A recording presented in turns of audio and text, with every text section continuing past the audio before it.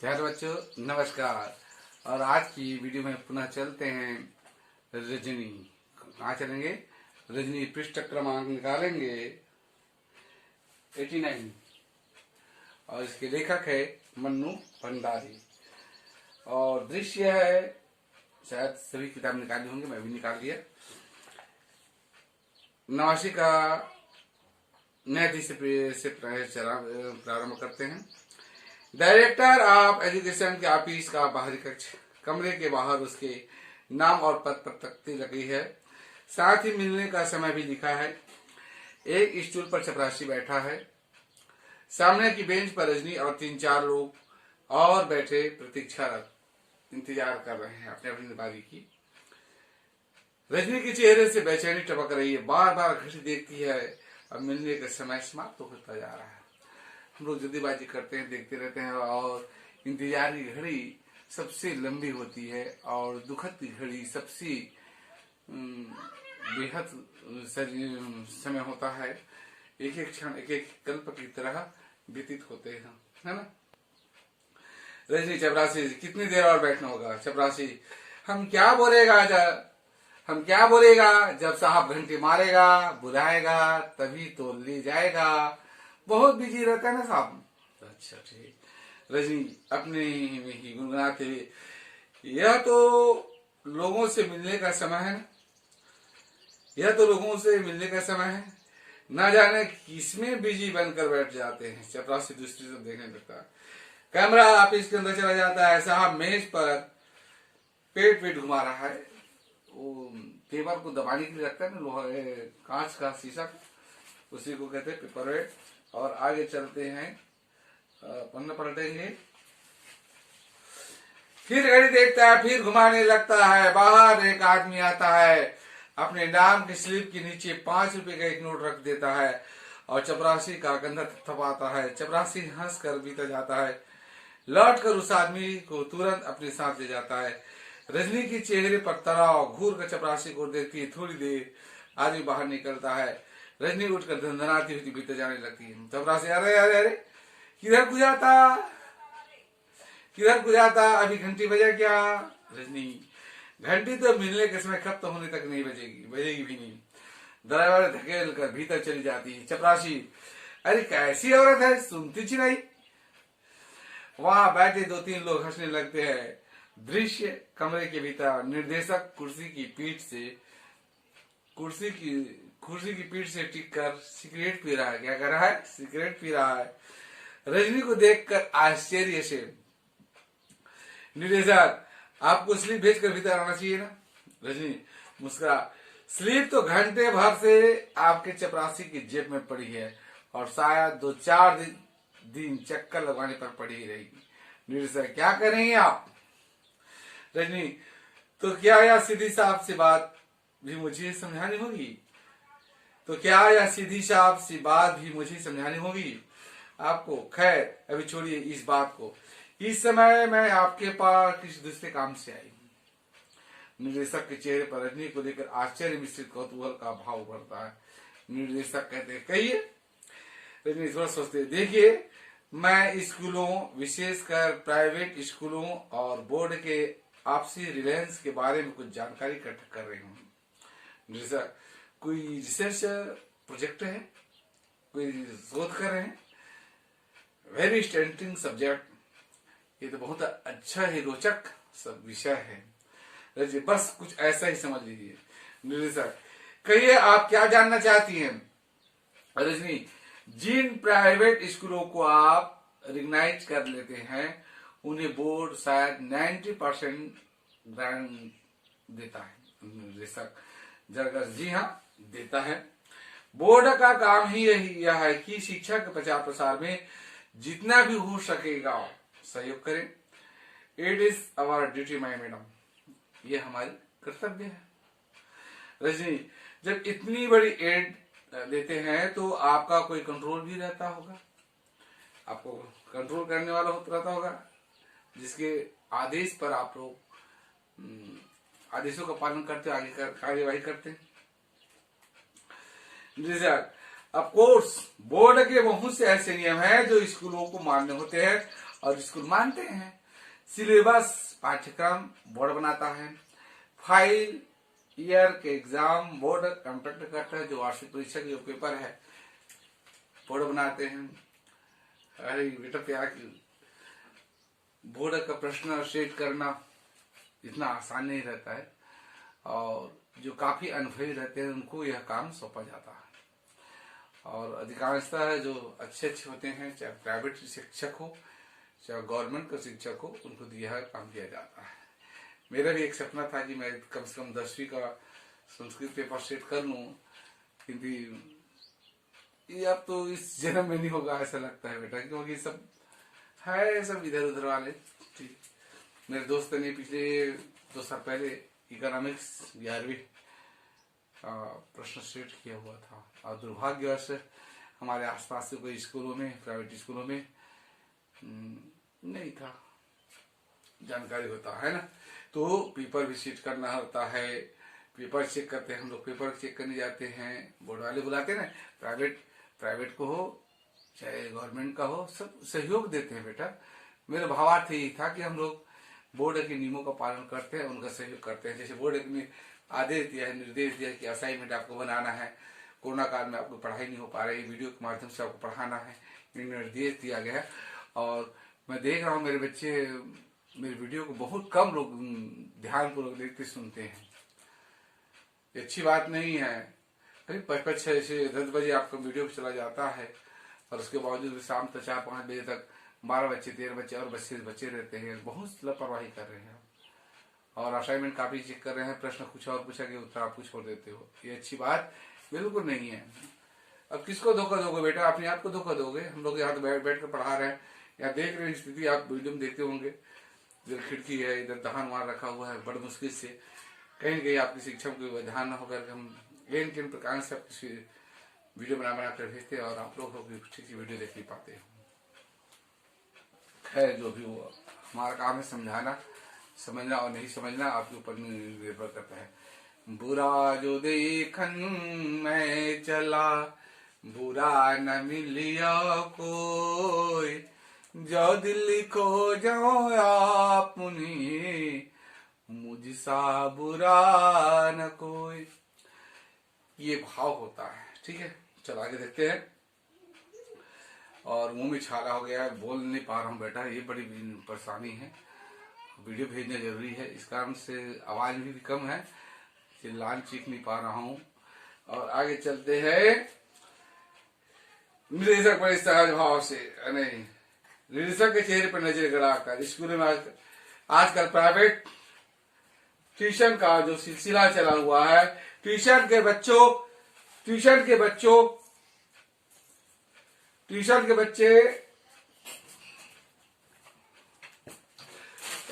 1 minute रुकेंगे थोड़ा सा। चल बेटा उधर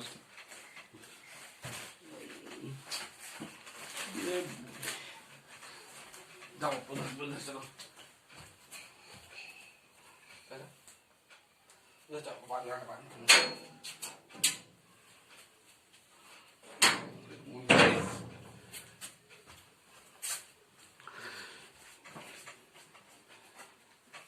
थोड़ा क्षमा चाहूंगा बेटा, बीच में परेशानी हो गई थी, इसको ध्यान से देख लेंगे। और जैसा बड़े सहज भाव से, इस धंधे में क्या बात है, जब किसी का बच्चा कमजोर होता है तभी उसके माँ बाप ट्यूशन लगवाते हैं।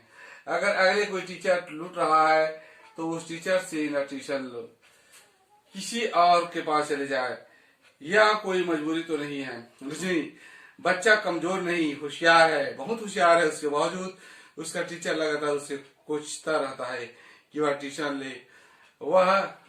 ले, वरना पछताएगा।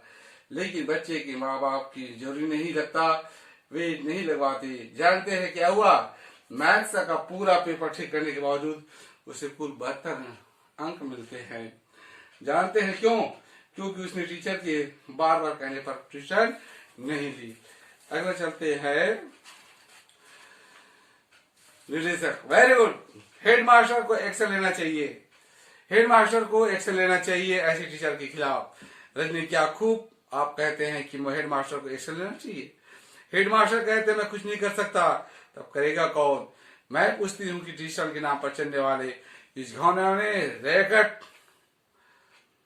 को तोड़ने के लिए दखलंदाजी नहीं करनी चाहिए। आपको आपके बोर्ड को चेहरा तमतमा जाता है निर्देशक। लेकिन हमारे पास तो आज तक किसी पेरेंट्स से इस तरह की कोई शिकायत नहीं आई। रजनी, यानी कि शिकायत आने पर ही इस बारे में कुछ सोच सकते हैं। वैसे शिक्षा के नाम पर दिन दहाड़े चलने वाली एक दुकानदारी की आपकी बहुत ही व्यंग ढंग से बोर्ड ऑफ एजुकेशन को कोई जानकारी ही नहीं, कोई चिंता ही नहीं है। निदेशक, कैसी बातें करते हैं आप? कितने इंपॉर्टेंस मैटर्स रहते हैं हम लोगों के पास। अभी पिछले 6 महीने से तो नई शिक्षा प्रणाली को लेकर कितने सेमिनार्स ऑर्गेनाइजेशन किए हैं हमने रजनी बैंक से। ओ, इंपॉर्टेंट मैटर्स यानी नई शिक्षा प्रणाली। अरे पहली शिक्षा प्रणाली की छेदों को तो रोकिए, वरना बच्चों के भविष्य के साथ साथ आपकी नई शिक्षा प्रणाली भी छन कर गड्ढे में चली जाएगी। निर्देशक गुस्से, आप ही पहली महिला हो और हो सकता है कि आखिरी भी हो जो इस तरह की शिकायत लेकर आई है। रजनी, ठीक है, तो फिर आपके पास शिकायत का ढेर लगवा कर रहूंगी। झटके सूट कर बाहर चले जाती है। निदेशक देखता रहता है, फिर कंधे उचका देता है, ऐसे उचकाता है। वटांज में कुछ दृश्य दिखाएंगे। रजनी फोन कर रही है, मेज पर कुछ पत्र रखे हैं और रजनी का एक रजिस्टर उनके नाम और पते उतार रही है। साथ में 1-2 महिलाएं और भी है। फिर एक के बाद एक 3-4 घरों में माँ बाप से मिल रही है, उन्हें समझा रही है। साथ में लीला बहन और 3-4 महिलाएं और भी हैं। इस प्रकार से दृश्य समाप्त होता है। नया दृश्य देखते हैं। किसी अखबार का दफ्तर है ना, अखबार जानते हैं ना, अखबार का दफ्तर है। कमरे में संपादक बैठे हैं। जो प्रमुख होते हैं उसको संपादक कहते हैं बेटा। सब जगह का जो खबर को लेकर सोच करके इकट्ठा करते हैं संपादक का, उसको फिर किसको मुख्य पेज में डालना है, किसको अंत में डालना है, ये सब कार्य संपादक करते हैं। किसी अखबार का दफ्तर, कमरे में संपादक बैठे हैं। साथ में 3-4 स्त्रियां के साथ रजनी बैठी है। संपादक, आपने तो इसका बकायदा एक आंदोलन का रूप दे दिया। बहुत अच्छा किया। इसके बिना यहाँ चीजें बदलती तो नहीं है। शिक्षा के क्षेत्र में फैली दुकानदारी तो बंद होनी ही चाहिए। रजनी एकाएक जोश में आकर, आप भी महसूस करते हैं ना ऐसा? तो फिर साथ दीजिए हमारा। अखबार यदि किसी इश्यू को उठा ले और उसे लगातार उस पर चोट करता रहे तो वह थोड़े से लोगों की बात नहीं रह जाती है, सबकी बन जाती है। आंख मूंद कर नहीं रह सकता फिर कोई उससे। आप सोचिए जरा अगर इसके खिलाफ कोई नियम बनता है तो आवेश के मारे जैसे बोला नहीं जा रहा है। कितने पेरेंट्स को राहत मिलेगी, कितने बच्चों का भविष्य सुधर जाएगा, उन्हें अपनी मेहनत का फल मिलेगा। माँ बाप के पैसे का काम नहीं, शिक्षा के नाम पर बचपन से उसके दिमाग में या तो नहीं भरेगा कि पैसा ही सब कुछ है। और वे संपादक हंसकर, बस मैं समझ गया आपकी सारी तकलीफ, आपका सारा गुस्सा। रजनी, तो फिर दीजिए हमारा साथ, उठाइए और इस इश्यू को लगातार लिखिए और धुआंधार लिखते रहिए। और पन्ना पलटेंगे अगला पेज। हाँ संपादक जी, इसमें आप अखबार वालों को अपने साथ ही पाएंगे। अमित के उदाहरण से आपकी सारी बात मैंने नोट कर ली। एक अच्छा सा राइट अप तैयार कर पीटीआई के द्वारा मैं एक साथ प्लेस करवाता हूँ। रजनी गदगद होती हुई, एक और काम कीजिए, 25 तारीख को हम लोग पेरेंट्स की एक मीटिंग कर रहे हैं। राइट अप के साथ इसकी सूचना भी दी जाएगी तो सब लोगों तक खबर पहुंच जाएगी। व्यक्तिगत तौर पर हम तो मुश्किल से 100 लोगों से संपर्क कर पाएंगे, वह भी रात दिन भाग दौड़ कर रहेंगे। तब जरा रुका, अधिक से अधिक लोगों के आने के आग्रह के साथ सूचना दी जाएगी। संपादक दी, सब लोग हंस पड़ते हैं। रजनी, ये हुई ना बात। दृश्य, नया दृश्य, मीटिंग का स्थान, बाहर कपड़े का बैनर लगा हुआ है, बड़ी संख्या में लोग आ रहे हैं और भीतर जा रहे हैं। कुछ लोग खुश है, जो लोगों में जोश है, विरोध और विद्रोह का पूरा माहौल बना हुआ है। दृश्य कटकर अंदर आता है, हाल भरा हुआ है, एक और प्रेस वाले बैठे हैं, इसे बाकायदा फोकस करना है। एक महिला माइक पर उतर कर नीचे आती है, हाल में तालियों की गड़गड़ाहट और मंच पर उठकर रजनी माइक पर आती है। पहले व्यक्ति में रजनी के पति बैठे हुए, बहनों और भाइयों, इतनी बड़ी संख्या में आपकी उपस्थिति और जोश बता रहा है कि अब हमारी मंजिल दूर नहीं है। इन 2 महीनों में लोगों से मिलने पर इस समस्या के कई पहलू हमारे सामने आए हैं। कुछ अभी आप लोगों ने अभी सुना, कुछ रुककर यह भी सामने आया कि बहुत से बच्चों के लिए ट्यूशन जरूरी भी नहीं। अच्छा पढ़ाई लिखाई करो, ट्यूशन करे क्या जरूरत बेटा। सेल्फ स्टडी करते करते अभ्यास की जड़मती होत सुजान, रसरियावत जात है सिल पर परत निशान। ये तो जरूरी नहीं कि सभी ट्यूशन करें, लेकिन अच्छा मेहनत करो बेटा तो आपसे बड़ा टीचर मिलेगा नहीं। अभ्यास ही गुरु होता है, अभ्यास करने वाले कभी हार नहीं होती। माएँ इस लायक होती है कि अपने बच्चों को पढ़ा सके, और पिता जैसे वे घर के और किसी काम में जरा भी मदद नहीं करते, बच्चों को भी यह नहीं पढ़ाते, ठहरा हंसते हैं। कैमरा उसके पति पर भी जाए, तब कमजोर बच्चों के लिए ट्यूशन जरूरी भी हो जाती है। रुककर बड़ा अच्छा लगा जब टीचर्स की ओर से एक प्रतिनिधि ने आकर बताया कि कई प्राइवेट स्कूलों में तो उन्हें इतनी कम तनख्वाह मिलती है कि ट्यूशन ना करे तो उनका गुजारा ही ना हो। कई जगह तो ऐसा भी है कि कम तनख्वाह देकर ज्यादा से दस्तखत करवाए जाते हैं। ऐसे टीचरों से मेरा अनुरोध है कि वे संगठित होकर एक आंदोलन चलाए और इस अन्याय का पर्दाफाश करे। हाल में बैठे हुए पति धीरे फुसफुसाता है, लो अब एक और आंदोलन का मसाला मिल गया। कैमरा फिर रजनी पर। इसलिए अब हम अपनी समस्या से जुड़ी सारी बातों को नजर में रखते हुए बोर्ड के सामने यह प्रस्ताव रखेंगे कि वह ऐसा नियम बनाए, एक शब्द पर जोर दिए कि कोई भी टीचर अपने स्कूल के छात्रों का ट्यूशन नहीं करे, कोई भी टीचर अपने छात्रों का ट्यूशन नहीं करेगा। ऐसी स्थिति में बच्चों के साथ जोर जबरदस्ती करने, उसके नंबर काटने में गंदी हरकतें अपने आप बंद हो जाएगी। साथ ही यह भी हो कि इस नियम को तोड़ने वाले टीचर के खिलाफ सख्त से सख्त कार्रवाई की जाएगी। अब आप लोग अपनी राय दीजिए। सारा हाल अप्रूव्ड की आवाज और तालियों की गड़गड़ाहट से गूंज उठता है। दृश्य इस प्रकार से आज के पाठ्यक्रम को यही पर विराम दिया जाता है और आप लोग वीडियो को अच्छी तरह से देखेंगे, यही शुभकामना है, और अच्छी तरह से देखेंगे, याद करेंगे। थोड़ा सा बाकी और रह गया, मैं सोचता हूँ थोड़ा से है और आगे बढ़ा देते हैं। रजनी का फ्लैट, सवेरे का समय, कमरे में पति अखबार पढ़ रहा है। पहला पृष्ठ पलटते ही रजनी की तस्वीर दिखाई देती है। जल्दी जल्दी पढ़ता है, फिर एकदम चिल्लाता है पति, अरे रजनी सुनो तो, बोर्ड ने तुम लोगों का प्रस्ताव ज्यों करते हो स्वीकार कर लिया है। रजनी भीतर से दौड़ती हुई आती है, अखबार छीनकर जल्दी जल्दी पढ़ती है। चेहरे पर संतोष, प्रसन्नता और गर्व का भाव रहता है।